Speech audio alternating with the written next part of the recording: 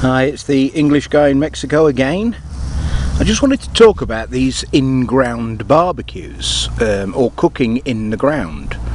I think most people in the Western world are pretty used to buying a barbecue from Walmart or Homebase or B&Q or whatever. And of course the thing is usually on legs, and all the heat, when you think about this, most of the heat is probably going to the side because it's suspended off the ground.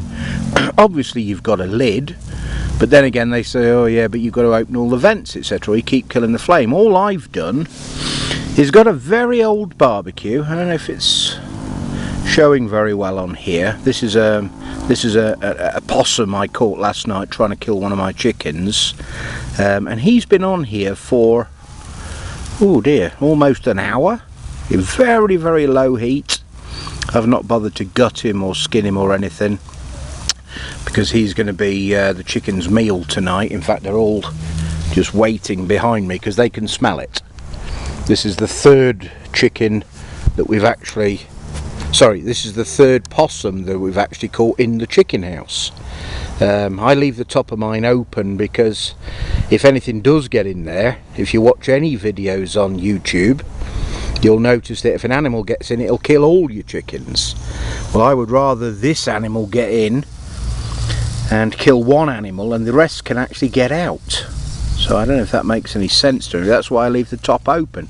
But it does mean you might get the odd animal getting in there that shouldn't do, climbing up a fence. Well, I've got a couple of designs to stop that, but I'd rather leave the top of mine open.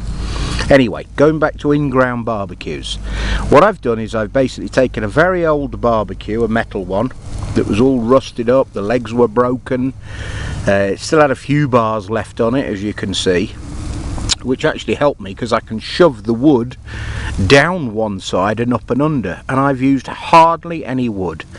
I've used one piece of maybe a foot long piece of old 2x4 that was rotten, and I snapped it in half and shoved that under.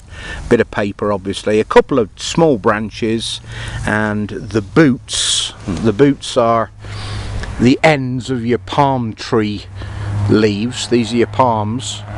These obviously I love these because these go straight to the chickens, they go straight to the goats and the sheep. They're probably actually waiting for me to put some more out.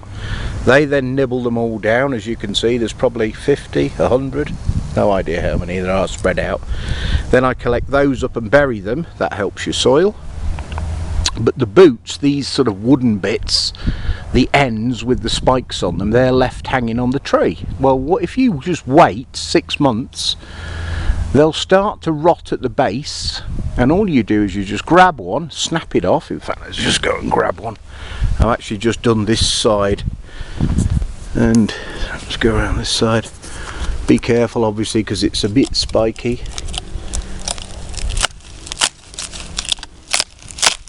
So, there you go. And all you do is you use these are what's called the boots. There's usually a couple of spikes on there. I put about 4, 5, 6 in the corner. Little bit of something to start it, and then I basically push it up and underneath the animal, in this case a possum, and I just leave it, and this will cook on a very, very, you can actually, I don't know if we can try and hear it,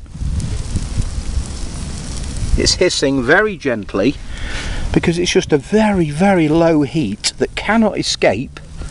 It's got to go up. There's very little breeze. It's going straight up and under this animal, and basically we're just cooking the animal on a very low heat that's cost no money.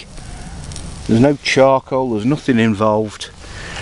It's just a great idea when you've got an old bar, just bury it, but obviously leave an opening where you can get your wood up and under, get yourself a poker, get yourself a shovel and just nudge that wood underneath the animal, and it cooks away. And it'll probably cook, if I left that for another 2-3 hours, it'd still be hot in there.